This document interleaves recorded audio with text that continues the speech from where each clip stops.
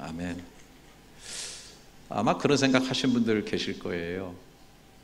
우리 나라를 보게 되면 나라를 다스리는 정치의 중심에 있는 분들이 대부분 법을 공부한 분들이다 하는 것이죠. 현직 우리 대통령 문재인 대통령께서도 법조인 출신이고요. 또 제1야당의 대표 우리 황교안 대표도 법을 공부했고 또 법무장관까지 지내지 않았어요? 또 뭐 원내 중무하고 있는 나경원 대표, 또 민정수석하고 있는 조국 씨도 버클리에서 법률을 공부해서 법학 박사인 것으로 제가 알고 있습니다. 아무래도 세상을 살아가면서 법을 아는 게 굉장히 중요하고 또 법을 잘 알면서 인간관계를 만들어가고 또 조직을 이끌어가고 할 때에 굉장히 그 법이 지혜를 주고 또 성공하게 하는 그런 요인이 되는 거 아닌가 그런 생각을 합니다. 자연계도 마찬가지죠. 이 세상의 모든 것에는 법칙이 존재하고 있어요. 모든 물질 간 또 모든 움직이는 것들의 상호 간 반복적으로 일어나는 그런 법칙들, 그런 것들을 잘 연구하면서 법칙을 만들어내고 그런 것이 이제 기초로 쌓이다 보면은 창조도 일어나고 또 새로운 것들도 만들어내면서 문명을 발전시키고 사람들을 좀 더 나은 삶으로 이끌어가는 것을 우리가 보게 됩니다. 우리 믿음의 사람들도 하나님이 말씀하시는 여러 법칙들 속에서 우리가 살아가죠. 하나님께서 세상을 만드셨을 때 보이는 것만 만든 것이 아니라 그 보이는 것들이 움직여지게 되는 여러 가지 에너지 또 법, 규칙들 이런 것들을 만들어서 세상을 움직여가고 있다는 것이죠. 골로새서 1장 16절에 보면은 만물이 그에게서 창조되되 하늘과 땅에서 보이는 것들과 보이지 않는 것들과 혹은 왕권들이나 주권들이나 통치자들이나 권세들이나 만물이 다 그로 말미암고 그를 위해서 창조되었다라고 하는 것이죠. 그 보이는 모든 것들 하나님께서 만드셨을 뿐 아니라 그 보이는 것들을 움직여가게 하는 그 뒤에 있는 여러 가지 법칙들, 에너지 이런 것들을 하나님께서 다 만드셔서 세상을 움직여가고 계시다고 하는 것입니다. 특별히 사람 사는 사람과의 관계 속에도 하나님이 여러 가지 법들을 두셨어요. 그래서 여기도 보게 되면은 뭐 왕권이나 주권이나 통치자들이나 권세들이나 이런 것들이 뭐냐면 보이지 않는 것들이에요. 그런데 이런 것들이 세상 속에서 작동하고 있단 말이죠. 그런 작동하는 법들을 통해서 세상이 이루어져 가게 되는데 사실은 이것이 하나님께로 나왔고 한쪽으로 흘러가고 있는데 하나님을 위해서 만들어졌다. 그렇게 얘기를 하고 있어요.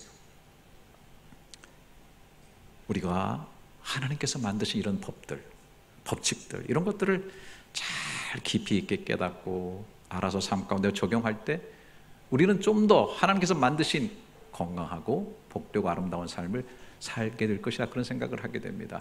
그런 법들의 가장 근본적이고 기초적인 것이 바로 옳고 그름의 법이라고 하는 것이죠. 세상에는 하나님께서 정해두신 옳은 법이 있어요. 반대적인 것은 잘못된 법이게 되겠죠. 이것을 우리는 하나님이 주신 명령, 율법이라고 말하는데 구약 때에 하나님의 그 법 아래서 살았던 이스라엘 백성들을 향해서 마지막 말라기 선지자를 통해서 이렇게 하나님께서 결론을 내고 있어요. 말라기 2장 8절에 보니까 너희는 옳은 길에서 떠나 많은 사람을 율법에 거스르게 하는도다. 나 만군의 여호와가 이르노라 너희가 레위의 언약을 깨뜨렸느니라 그렇게 되어 있어요. 여기 보게 되면은 율법을 거스르게 되었다. 율법을 거스리는 것은 옳은 길을 떠나는 것이다. 주관적인 게 많죠. 우리가 생활 살아가면서 뭐가 옳으냐 뭐가 그러냐 갑론을박을 많이 하는데 하나님께서 옳은 길과 그른 길을 정해 놓으셨다는 거예요. 하나님께서 말씀하신 율법에서 빗나간 것은 옳은 길에서 떠난 것이다 라고 얘기를 하고 있는 것입니다. 하나님께서 이 율법을 잘 지키고 하나님의 법을 잘 지켜서 옳음 속에 살아가게 될 때 삶이 건강해지고 또 성공적이고 풍요로운 삶을 산다고 얘기하고 있는 것입니다. 이것은 상벌과 하나님의 심판에 관련이 깊게 되어 있어요.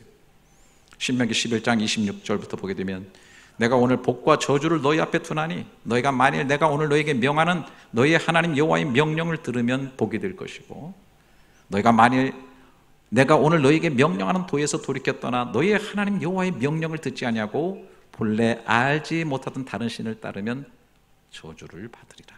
이렇게 되어 있어요. 글쎄요, 저는 정말 이렇게 크게 역사를 바라보게 되면 근본적으로 하나님의 법, 하나님의 말씀, 그 율법을 잘 따르고 지키고 적용하면서 사는 그런 나라들은 하나님께서 강성하게 하시고 복을 주신 것 같아요.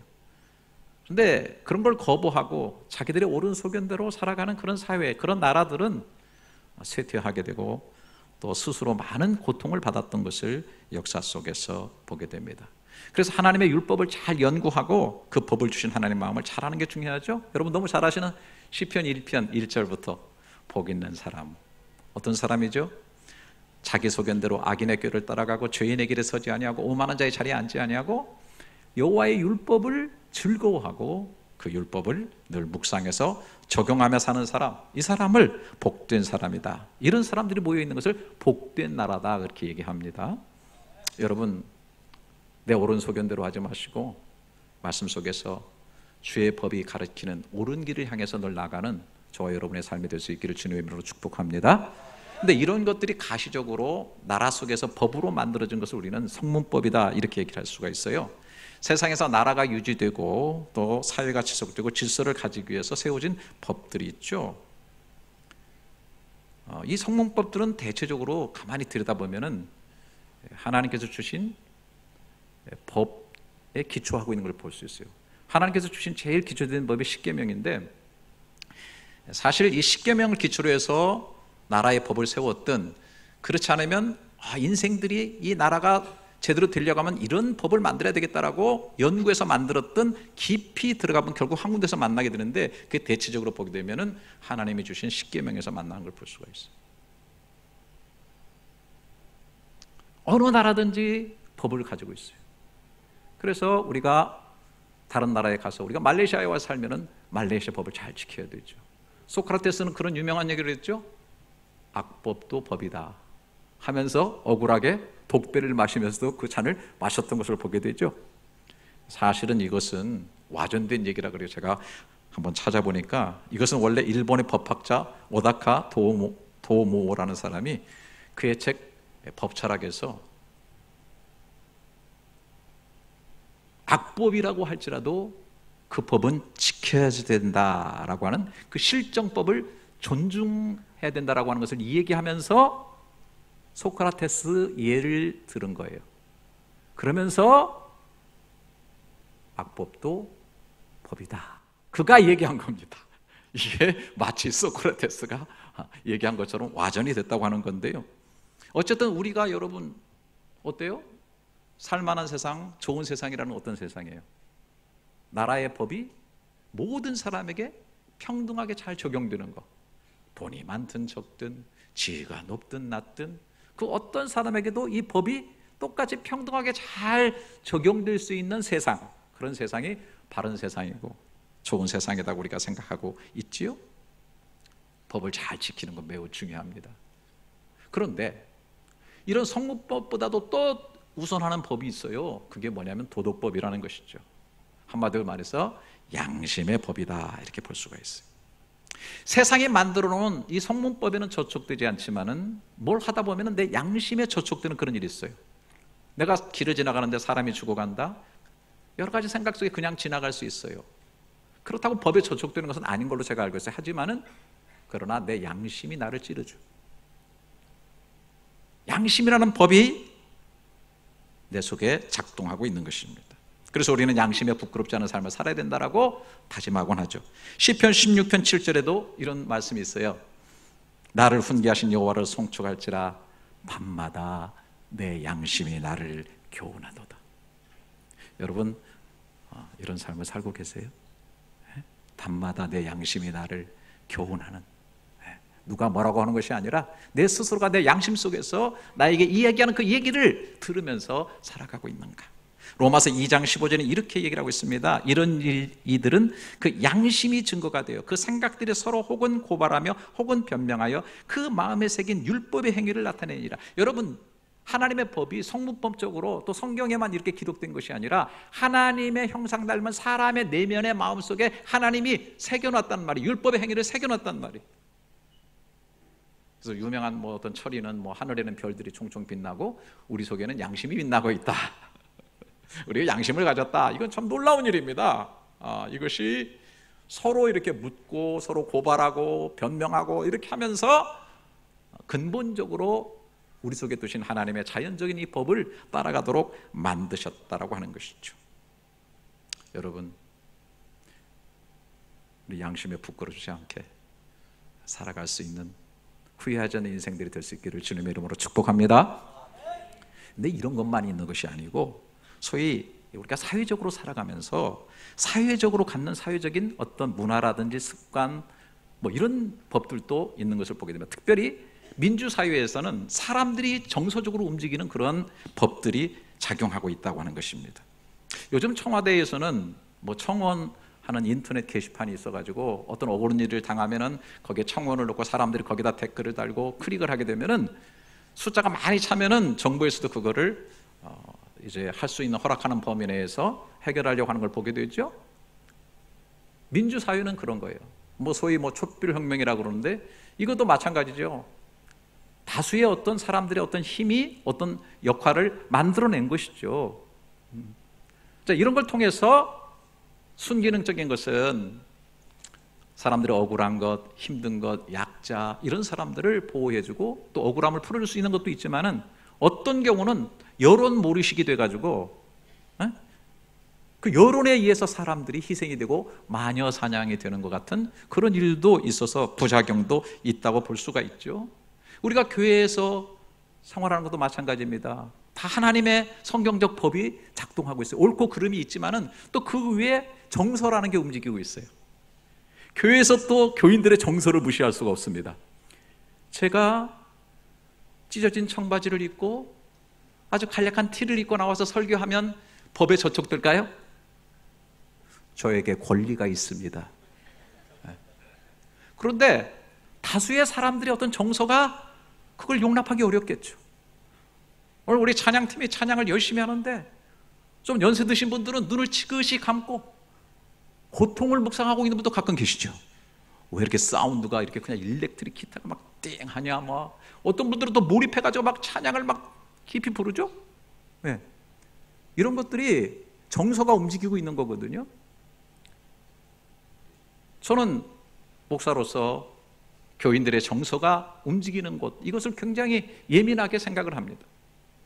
물론 어떤 때는 당연히 하나님께서 원하시는 거 해고자 하는데도 사람들이 이렇게 합니다. 아이고, 아직 교인들의 정서가 있잖아요. 이런 것 때문에 멈칫거릴 때도 사실 있긴 있지만은, 그러나 우리가 사회적으로 서로 생각하고 인정하는 그런 것들이 또 움직이는 법, 이런 것들을 또 우리가 무시할 수는 없다 하는 것이죠. 그런데 이러한 작동하는 여러 가지 또 그 외의 법들이 있겠지만은, 그러나 이 모든 법들의 기본이 되고 이런 것들을 컨트롤하고 우리 믿음의 사람으로서 가장 중요하게 붙잡아야 될 핵심 가치가 있다는 것을 오늘 본문에서 얘기해 주고 있는 것입니다. 오늘 본문은 매우 중요하기 때문에 제가 한 번 더 읽어드리도록 하겠습니다. 33절부터 보게 되면 무리가 듣고 그의 가르침에 놀라더라. 왜 놀랐어요? 예수님의 가르침이 하나님이신 예수님이기 때문에 어떤 일이고 하나님이 하신 일의 본질을 하나님이 알고 계세요. 그래서 예수님이 말씀하시니까 많은 사람들이 아주 굉장히 깜짝깜짝 놀라고 있는 거예요. 34절, 예수께서 사두개인들로 대답할 수 없게 하셨다함을 바리새인들이 듣고 모였는데 그 중에 한 율법사가 예수를 시험하여 묻되, 선생님, 율법 중에서 어느 계명이 크니까? 물론 이게 예수님 시험하려고 제대로 대답하나 보자 이런 거 하려고 했지만 사실 마음속에 깊이 갖는 의문일 거예요. 너무나 법이 많아요. 얼마나 복잡한지 몰라요.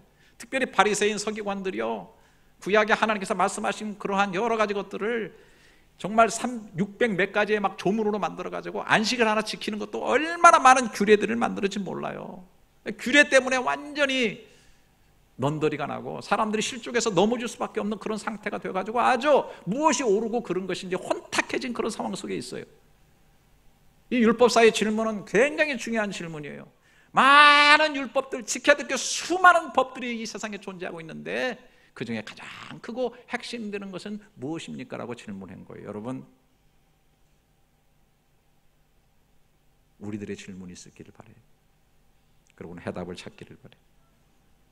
37절 예수께서 이르시되 내 마음을 다하고 목숨을 다하고 뜻을 다하여 주 너희 하나님을 사랑하라 하셨으니 이것이 크고 첫째 되는 계명이요 둘째도 그와 같으니 내 이웃을 내 자신같이 사랑하라 하셨으니 이 두 계명이 온 율법과 선지자의 강령이다 라고 얘기를 했어요. 아주 예수님께서 아주 정확하게 아주 분명하게 얘기를 했어요. 하나님이신 예수님께서 하나님께서 주신 모든 법들의 가장 핵심적인 것, 그 법들을 지배하는 가장 중심적인 것이 무엇이냐? 결국은 위로는 진실된 마음으로 하나님을 사랑하고 주변에 있는 내 이웃을 너가 너를 사랑하듯이 사랑하는 것이다. 모든 것은 이 안에 있다라고 얘기하고 있는 것입니다. 동의하십니까? 여러분 동의를 너무 빨리 하시니까 제가 설교를 그만둬야 될 것 같습니다. 이 심오한 뜻을 알아들었단 말이에요 벌써? 예? 야, 대단하십니다. 제가 한국 가면 꼭 책을 사는데요, 이번에 제가 산 책 중에서 마음이라고 번역된 그 책을 하나 샀습니다. 원제는 The God Saved Heart라고 하는 책이었는데 금세기의 최고의 정신과 의사라고 하는 티모시 R 제닝스가 쓴 책입니다. 그런데 이 책 안에 나오는 내용이 하나 있습니다. 2010년 6월 16일 수요일 저녁에 에릭이라는 사람이 집에 있는데 그의 아내 에일린이 뇌졸중 발작을 일으키기 시작하는 것입니다. 원래 이 에일린은 간호사고요, 남편 에릭은 응급구조대원으로 얼랭어 병원에서 같이 일을 했습니다. 사실 이 병원은요, 뇌졸중 환자들을 잘 치료하는, 그래서 빨리만 이 병원에 도착하게 되면은 대부분의 사람을 살려내는 그러한 곳인 것을 에릭이 잘 알고 있습니다. 이 에일린의 고개가 막 자꾸 밑으로 처지면서 팔도 마비되는 것을 보게 됩니다. 집에서 병원까지는 약 11km니까 너무 급하니까 구급차 오는 것을 기다릴 수가 없습니다. 그래서 결단을 내렸어요. 자신의 차로 병원에 가기로. 그래서 아내를 들쳐 안고서 차에다 넣고서 차를 몰고 나가는데 표지판이 대부분 55km, 속도 제한 55km인 거예요. 그런데 그날은 늦은 시간이라서 이렇게 길도 한가하고 그래가지고 속력을 충분히 낼 수 있는 시간 어떻게 하겠어요? 네, 과속을 했습니다. 빨리 가기 위해서 달렸는데 사거리를 딱 갔는데 빨간 신호가 딱 켜져 있어요. 어떡하시겠어요? 네, 멈칫거리지 않고 손살까지 통과합니다. 또 빨간불이 걸렸습니다. 손살까지 통과하니까 이제는 사이렌 소리가 울립니다. 경찰이 이 차를 발견하고서 뒤쫓아옵니다. 그러니까 이 사람이 계속 비상등을 켜고 그 다음에 경적을 울리면서 병원을 향해서 선살까지 가고 경찰차는 계속해서 쫓아오는 겁니다. 자, 응급실 앞에 차가 탁 서게 되니까 경찰이 내려서 제지를 하게 되니까 이 에릭이 아내를 딱 안고서 경찰을 딱 밀치고서 쏜살같이 응급실로 들어가게 된 것입니다. 나중에 에릭은 체포되어 가지고 경관 폭행, 치안 문란, 중과실 치상 2건의 교통신호에 위반 혐의를 적용받게 되었다고 하는 것입니다. 아내는 살았죠. 여러분 어떻게 하시겠어요? 이런 경우를 당한다면 저한테 묻고 싶죠. 제가 이런 경우를 당한다면 저도 분명히 에릭과 같이 했을 것이라고 하는 것입니다. 옳고 그른 법도 있습니다. 사회적인 법도 있습니다. 여러 가지 법들이 존재하고 있지만은 그러나 그 시간만큼은 가장 중요한 상위의 법은 아내를 살려내는 것이고 사랑하는 것이라고 하는 것입니다. 이 세상에 여러 가지 법들이 존재하고 있지만은 가장 상위적이고 가장 본질적이고 가장 핵심적인 가치는 무엇이냐? 우리가 정말로 마음을 다해서 하나님을 사랑하고 이웃을 나 자신 것처럼 사랑하는 것이다 라고 하는 것입니다. 사실 예수님께서 가르쳐주신 여러 가지 교훈이나 사건들 그렇게 만만하게 쉽게 해석되는 것은 아닙니다. 그런데 이런 기본적인 원리들을 잘 알고 내려다보면은 해석이 잘 열려지는 때가 있어요. 특별히 이제 예를 들어서 사마리아인 비유 같은 거 예수님께서 말씀하셨죠. 한 율법사가 예수님에게 와서 어떻게 하면 영생을 얻겠습니까? 라고 하는 좀 다른 질문, 영생에 대한 질문. 여기는 이제 제일 큰 율법이 뭐냐, 계명이 뭐냐라고 했는데 여기서는 어떻게 하면 영생을 얻겠습니까? 그랬더니 예수님께서 대답 안 하시고 되물었어요. 넌 어떻게 생각하는데? 그랬더니 이 사람이 굉장히 공부를 많이 했나 봐. 뭐라고 말했냐면 위로는 하나님을 사랑하고 옆으로는 이웃을 내 몸같이 사랑하는 그 사랑을 하게 될 때에 거기에 영생의 복이 있지 않을까요? 라고 얘기하니까 우리 주님께서 맞았다, 대답 잘했다, 이를 행하면 네가 살리라고 했어요. 너 실천해라. 그랬더니 이 율법사가 마음속에 있었던 질문 하나를 더 던지는 거예요. 이 질문이 굉장히 중요합니다. 그러면 내 이웃은 누굴까요? 그들이 생각하는 이웃은 그들의 동족 유대인이에요. 이방인들만 건너가면 개처럼 취급을 했습니다. 이웃을 내 몸같이 사랑하는 그 이웃은 바로 유대인들일까요? 우리 동족들일까요? 우리 한국 사람도 특별히 그렇죠? 일가 친척 아는 사람 있으면 굉장히 모든 것이 잘 되고 막 잘 통과되고 막 우리라고 하면 겹을 쌓는데 한 단계만 건너가면 왼수들이야. 안 통해. 그래서 무슨 사건만 생기면 아는 사람 찾아요. 아는 사람. 인맥 찾고 혈연 찾고 다 찾아요. 유대인들 또 이거 엄청납니다. 한 단계 건너가면 이방인은 개라니까요. 그는 아마 마음 편안하게 이웃? 그래 너희 유대인들이야, 하나님 선택받은 공동체야 라고 하는 것을 기대했는지 모르는데 웬걸 우리 주님께서 선한 사마리아인 얘기하신 거예요. 유대인 하나가 예루살렘에서 여리고 내려가다 강도 만나가지고 모든 거 다 뺏기고 거반 죽게 두드려 맞게 된 거예요. 죽어가고 있는데 동족인 유대인 제사장이 지나가고 레위인이 지나가게 됐는데 그냥 지나갔다는 거죠. 여러 가지 이유가 있겠죠. 그런데 그들은 법이 있어요. 레위인이나 주님의 일하는 종교인들은 시체를 만지면 부정하기 때문에 문제가 골치 아파집니다. 도와주다가 그 사람이 죽는다든지 무슨 문제가 생기면 너무너무 골치 아프기 때문에 그들은 그냥 지나간 거예요. 그런데 사마리아인 한 사람이 와가지고 돌봐주고서 상처를 치료해주고 또 주막에 데리고 가가지고서 돈을 주면서 잘 돌봐달라고 했다라고 하는 것입니다. 주님께서 묻습니다. 누가복음 10장 30절에 내 생각에는 이 사람 중에 누가 강도 만난 자의 이웃이 되겠느냐? 그도 양심이 있은즉 37절에 이렇게 말합니다. 이르되 자비를 베푼 자니이다. 자비 베푼 사람이 진짜 이웃이죠. 여러분 어려운 일을 당할 때 누가 우리 이웃입니까? 옆에 있다고 이웃입니까? 아니에요. 나를 진짜 도와주는 사람. 예수께서 이르실 때 가서 너도 이와 같이 하라.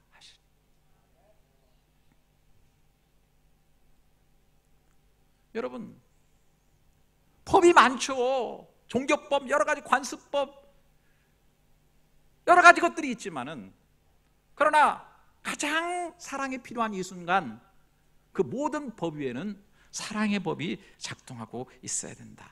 그 법이 적용돼. 예수 따라가지고 예수 믿는 사람들의 핵심 가치는 바로 가장 상위법인 사랑의 법을 따르는 것이다라고 하는 것입니다. 자, 여러분 좀 한데 예수님께 직접 경험하신 사건에 대해서 좀 제가 말씀드리는데 사실 이런 거 설교하기는 너무 쉽고 인용하기는 너무 쉬운데요. 참 저도 이게 목사지만 너무 힘든 그런 내용들입니다. 어떤 내용이에요?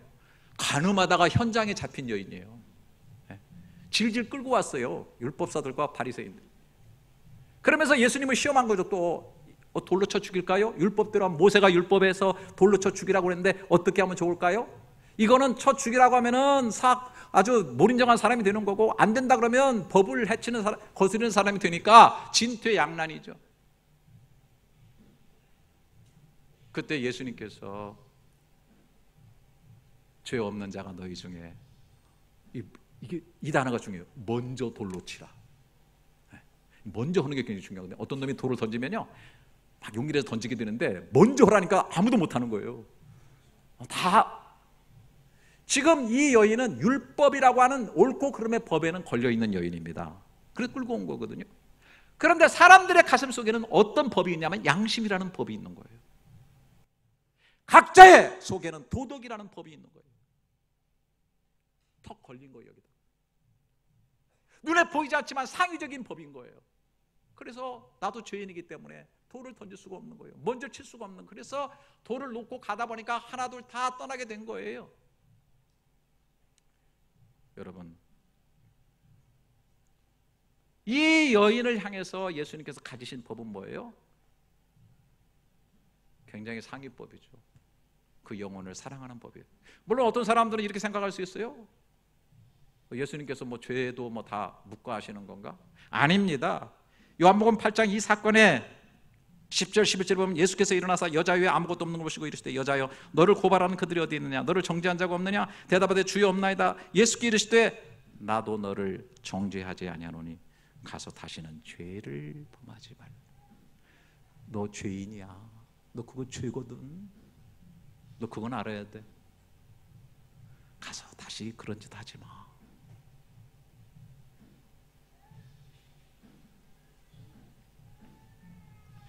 우리는 여기에서 심각한 고민을 하게 됩니다. 저는 일벌백계라는 말을 너무 좋아합니다. 전 좀 나쁜 사람이죠. 연예인들이 뭐 마약을 했다. 특히 요즘 같은 경우에 뭐 좀 우리가 아는 그 유명인들이 음주운전 하다가 이렇게 걸리면요, 저는 막 속으로 저런 것들은 막 일벌백계 해가지고 막 퇴출시켜버려야 돼. 막 저런 것들이 그냥 연예인이라고 사람들 인기를 받고 있으니까 나라가 이 꼴이 되는 거야. 아주 저런 것들은 완전히 그냥 막 몰락시켜버려야 돼. 막 좀 그런 마음이 들어요, 제 속에. 어? 용서하지 말아야 된다.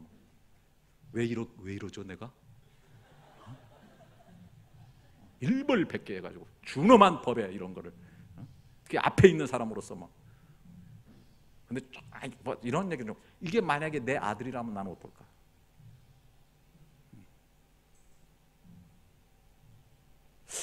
한 번 더 그 사람을 생각해 볼 수는 없는 걸까? 주님, 이런 식으로 하면은, 이런 식으로 자꾸 용서하면은, 자꾸 간음하고 어떻게 법이 서겠어요, 주님? 예, 맞는 말씀이에요. 당연하죠. 난 이 말씀에 좀 문제가 사실 있다고 보고 있어요, 저는. 하지만 여기서 우리 주님께서 가르쳐주고자 하는 중요한 의미가 있어요. 그런 법들이 작동하고 있지만 그 법 위에 더 중요한 법이 있다는 사실을 잊지 말라고 주님께서 우리에게 말씀하고 있는 거예요. 뭘 우리가 놓쳐서는 안 되냐? 하나님의 마음과 하나님께서 영혼들을 사랑하시는 이 근본적인 사랑의 법을 우리가 어떤 사건들 속에서는 결코 우리가 놓치지 않는 우리들이 되기 위해서 이 말씀을 주신 거 아닌가 생각돼요. 우리 많은 생각을 하며 살아가죠. 많은 법들을 가지고 살아가죠. 어떤 사람도 옳고 그름의 법칙 속에 막 매여 사는 사람이 있어요. 막 무엇이 옳으냐 그러냐 막 여기에 막 분을 내는 사람도 있어요. 또 막 심어서 거둬요. 막 많이 심가지고 많이 거둬가지고 막 이 막 복 받고 막 상 받고 이런 것에 또 열심 내고 막 안 되면 벌 받아야 되고 막 이런 것이 페어하다고 생각하는 이런 데만 막 아주 함몰되어 있는 사람들이 있어요. 다 중요합니다. 큰일나는 게 아니에요. 그렇지만은 우리 적어도 예수 믿는 사람들은 그렇죠. 한없이 죽어야 될 우리 죄를 십자가에서 다 대신 지시고 죽으신 주님의 사랑이 우리 속에 있기 때문에 우리 안에는 사랑의 법이 꼭 작동하는 은혜의 역사가 있기를 주님의 이름으로 축원합니다. 그래서 여러분 그 사건 잘 아시죠? 뭐 어느 재판정에 빵 훔치다가 걸려 들어가지고 재판받는 한 불쌍한 노인이 있었는데 재판관이 준엄하게 판결을 내리죠. 벌금형을 때립니다. 그리고 나서 모자를 벗어가지고 사람들이 얘기합니다. 이 노인이 배고파서 힘들 때 우리는 잘 먹었지 않습니까? 우리도 죄가 있습니다. 그러니까 제가 먼저 도네이션 할 테니까 여러분 모자 돌릴 테니까 도네이션 하세요. 그래가지고 모자를 돌려가지고 다 걷어가지고 벌금형을 다 지불하고 나머지 돈은 이 노인에게 주면서 다시는 그런 짓 하지 마시고 이 돈 가지고 힘내시고 일어서세요. 괜찮지 않나요? 네. 좀 이런 뭔가 우리 속에 이런 그 마음들, 이런 생각들이 좀 작동할 수 있는 그리스도인이 됐으면 좋겠다 그런 생각을 하게 됩니다. 제가 이번에 이제 3주 동안 한국 갔는데 한국 가서 참 좋았어요. 비가 와서 그런지 미세먼지도 없고요. 저는 늘 제 인생의 이제 후반부에는 3분의 2만 보고 살았던 것 같아요. 제가 눈을 좀 이렇게 처진 것을 올렸거든요. 그랬더니 나머지 3분의 1이 잘 보이면서 세상이 환해진 것 같아요. 제가 이런 건 안 하려고 했는데 또 우리 교우 한 분이 목사님 너무 처져가지고 요즘 교인들 젊은 분들도 많고 그런데 목사님 꼭 하세요 그러시더라고요. 그래서 저는 절대 안 할 겁니다 그랬더니 뭐라고 말하시면 제가 후원할 거고요 목사님 하시면 저 교회에 빠지지 않고 잘 출석하겠습니다. 그래. 오늘 이 자리에 와 있네. 그러니까 제가 그 말에는 또 목사가 어떻게 못하겠더라고. 하다 죽는 줄 알았습니다. 우리 가족은 이번에 맹세했습니다. 몸에 칼 안 대기로. 그래서 내가 교인들 앞에 3주 후에 서야 되는데 하면서 얼마나 밖에 안 나가고 집에서 열심히 해가지고서 이렇게 괜찮게 나왔습니다. 참 아름답게 된다는 거, 좋게 된다는 거는 뭐 고통이 따르는 것 같아요. 세상에는 항상 힘든 것 같아요. 정말 피를 흘리고 말이죠. 근데 제가 정말 좋았던 것은 뭐 당연히 부모로서 우리 딸도 만나고 아들도 만나는 그런 일이었어요. 같이 만나서 밥도 먹고 선글라스 끼고서 애들하고 이렇게 그런데 제가 정말 이번에 감사한 것이 좀 죄송합니다만 제 딸 때문에 제가 너무 감사해요. 이 아이가 최근에 이제 재정학교를 가서 삶이 완전히 뒤집어졌어요. 그동안에 불순종으로 살았습니다. 앞으로 정말로 자신을 내놓고 순종하며 살겠습니다 하고 그냥 매일 성경을 읽고요 매일 큐티를 하고 이렇게 사는 그런 모습을 보니까 얼마나 감사한지.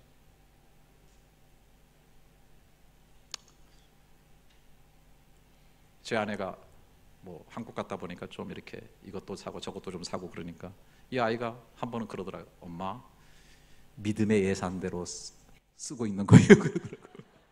우리 식구 깜짝 놀랐어요. 그렇지. 좀 흐트러졌네 내가. 자기는 믿음의 예산을 꼭 세워가지고 하루하루 산다는 거예요. 돈도 별로 없고 힘든 환경 속에 있는데도 이제는 정말 엄청난 변화가 일어나고,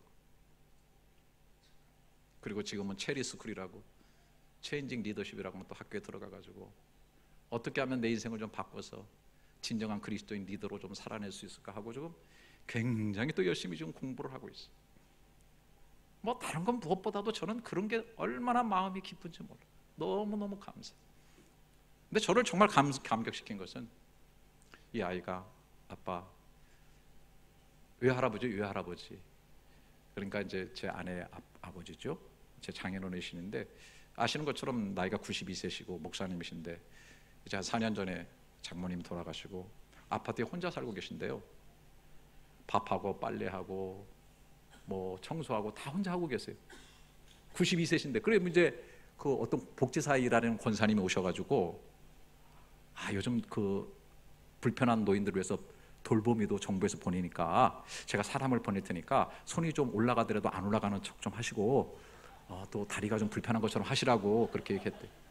그랬더니 아버님 손이 올라가는 걸 어떡하나, 다리가 움직이는 걸 어떡하나, 내가 목사의 양심으로서 양심법에 걸린 거죠. 그렇게 할 수 없네. 그래가지고 거절하신 거예요. 그래서 지금도 혼자 밥하고 빨래하시고 청소하시고 다 하시는. 그런데 너무 기뻐하세요. 아침 저녁으로 성경 읽고 기도하시고 내가 건강하게 이렇게 움직일 수 있다는 이 자체가 정말 큰 행복이라고 막 얼마나 감격하시는지 몰라요. 근데 우리 딸이 자기가 한 달에 한두 번 정도 노숙인이나 어려운 사람들 이렇게 구제하는 일을 꼭 하겠다고 결심을 했는데 기도하면서 하나님께서 깨달음을 주시는데 야 멀리서 먼저 가지 말고 네 가까운 네 외할아버지 있지 않니? 먼저 가서 섬겨라. 그래가지고 저희한테 얘기하는 거예요. 한 달에 꼭 2번씩 가가지고 하루 종일 청소하고 빨래해드리고 밑반찬 해드리고 대화 나눠드리고 이렇게 하겠다고 본인 입으로 얘기하는 거예요. 옆에 있던 아들이 나도 시간 되면 꼭 하겠다고. 저는 정말 그 무엇보다도 그 얘기를 듣는 게 천국의 음악 같아요. 얼마나 감사한지. 이 아이는 원래 목사의 딸인데도 평생 살아가면서 자기 옳은 소견대로 하는 친구예요. 저의 어렸을 때하고 비슷해요. 아주 악랄합니다. 뭐 누가 가르쳐주고 하면 안 돼. 자기가 깨달아야 돼. 옳은 소견대로 하다가 그냥 깨지고 엎어지고 인생이 그렇게 돼야만 깨닫는 스타일이라. 그런데 정말 주님의 말씀에 옳은 길이 있다는 걸 진짜 깨달은 거예요. 그래서 말씀에 순종하기로 결심하고 붙잡고 살아가는 모습 아름답고, 또 이제는 넘어서 가지고서 심고 거두는 하나님의 법칙 속에 살겠다. 그래서 내가 이제는 축복된 걸 심어야 되겠다. 하나님이 기뻐하시는 일을 위해서 내가 심어야 되겠다라고 하는 그런 법으로 나간 것에 대해서 감사할 뿐만 아니라, 저는 그것보다 더 중요한 것은 사랑의 법으로 살아야 되겠다. 내가 섬기고 내가 사랑하고. 여러분 뭐 솔직히 그 할아버지, 외할아버지죠. 외손주하고 뭐 같이 있었던 시간 있는 것도 아니고 무슨 뭐 그렇게 큰 관계를 맺어가지고 정이 든 그런 사이도 아닙니다. 그런데도 그렇게 한 달에 2번씩 가서 봉사하고 섬기고 사랑하겠다고 하니까 제 마음이 하늘을 날듯이 최고로 기쁜 거예요. 우리가 세상을 살아가면서 여러 가지 법들이 있고 주판을 튀기면서 자기 생각대로 그렇게 유익 불이익을 따지면서 살아가지만은, 그러나 여러분, 우리 예수 믿는 사람들은 마음과 뜻과 성품과 최선을 다해서 하나님을 사랑하고 이웃 사랑하는 그 사랑의 법으로 살아내는 역사가 있기를 주님의 이름으로 축복합니다. 제가 읽었던 책 중에서 여러분도 잘 아시는 도스토옙스키가 쓴 죄와 벌이라는 책이 있잖아요. 거기 주인공이 라스콜니코프예요. 똑똑한 친구입니다.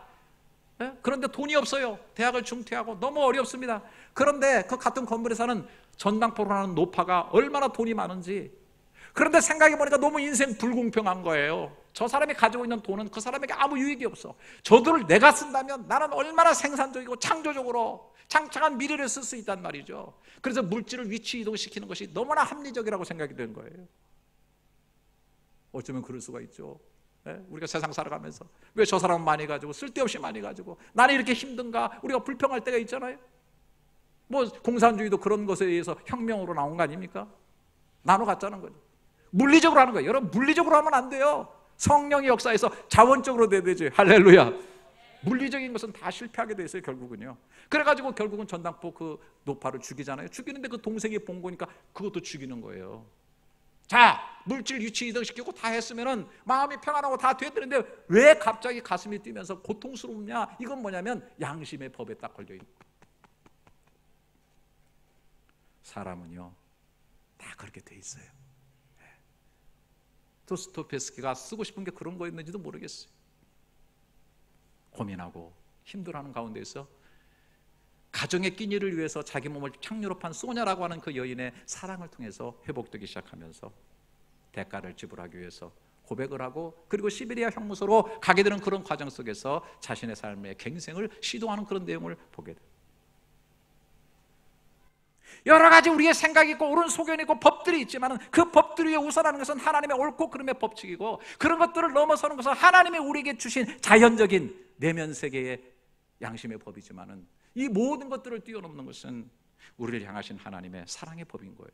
그래서 우리는 살아갈 때 3가지 질문을 꼭 해야 된다고 생각해요. 제 설교는 너무 간단하죠?